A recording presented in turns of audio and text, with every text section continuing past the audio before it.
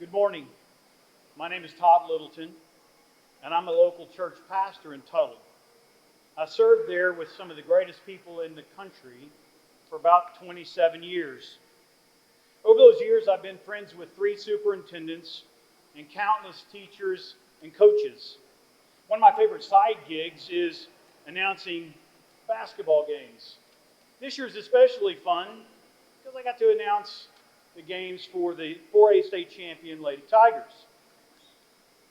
Listening to student leaders and parents brings back memories. 40 years ago next month, I walked across the platform at Taft Stadium, graduating from Northwest class and receiving my diploma sleeve from Principal Robin Gaston.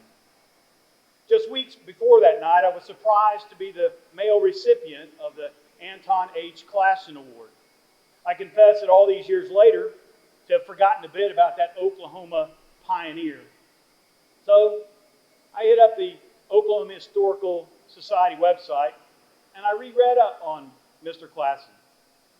We may not all have the resources to purchase land and build a school like Klassen, now Klassen SAS, for our namesake as Mr. Klassen did. However, we all have the tools to contribute to seeing the state constitution followed by fully funding education in a way that provides for the best of all possibilities for all students, no matter their geography, their ethnicity, or their economics. Pastors for Oklahoma Kids are glad to be here with public education advocates who are themselves very public and not at all a cabal, some secret clique with nefarious intent aimed at working against our state legislature. No, we who are here want to be a prod, a reminder that the Christian maxim is something all of us should find inspiring no matter one's faith commitment. Think about what it would be like, what it would mean that when we are together in our communities, our churches, our legislative halls, that we spur one another to love and good deeds. Rather than looking out for our own good, we're interested in the common good, good that Aristotle thought necessary when he encouraged ethics that pursue the good, the true, and the beautiful. What would it look like to spur one another to love and good deeds for the common good that is public education? I mean, let's imagine for a minute supporting teachers in schools with the freedom to innovate and access to offer multiple learning pathways and curriculums. Listen, we're grateful for school counselors, but most schools can afford only one. Limited as our schools are, teachers actually become de facto counselors, confidants, and advisors, all the while trying to teach their particular subjects. Why don't we provide more resources for these needs, not less? Some of us recall the days when schools had a campus nurse. What if we return to those days?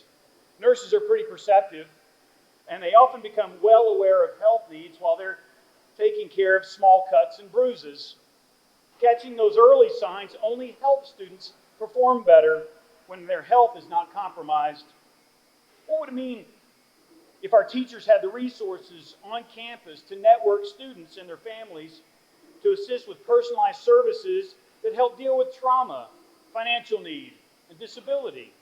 I mean, wouldn't it also be good if these resources were available to our own teachers? Could we imagine state leaders who praise and support the teachers in their own local communities they represent, rather than peruse the American Legislative Exchange Council website to cut and paste potential legislation related to education? Why not actually spend time with teachers, school administrators, and even students to hear what real needs they face?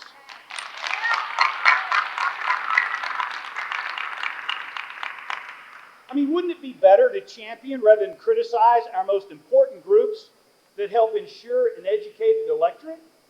I mean, imagine legislation that stems from partnerships between legislators and schools, addressing needs and challenges and publicizing successes. And not just publicizing successes for the gallery.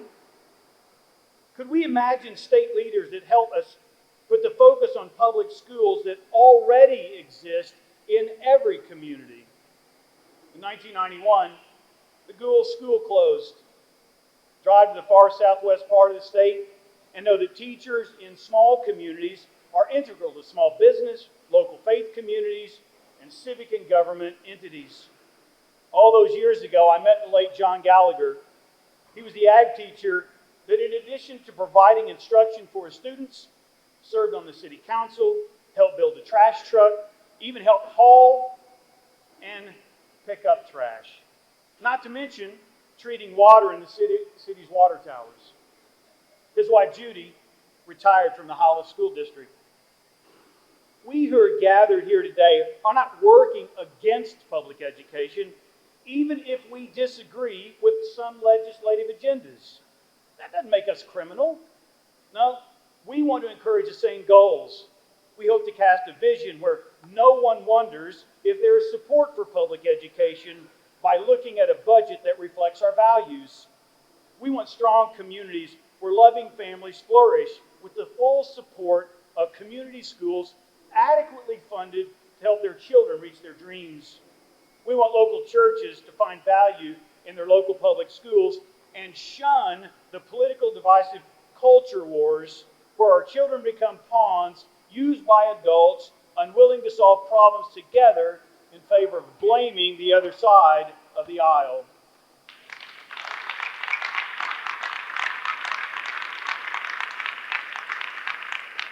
Listen, if we want to be a top 10 state in education, it's time we choose to spur one another to love and good deeds for the common good that is public education, knowing that our children deserve what we once took for granted, that today is threatened by division. Thank you.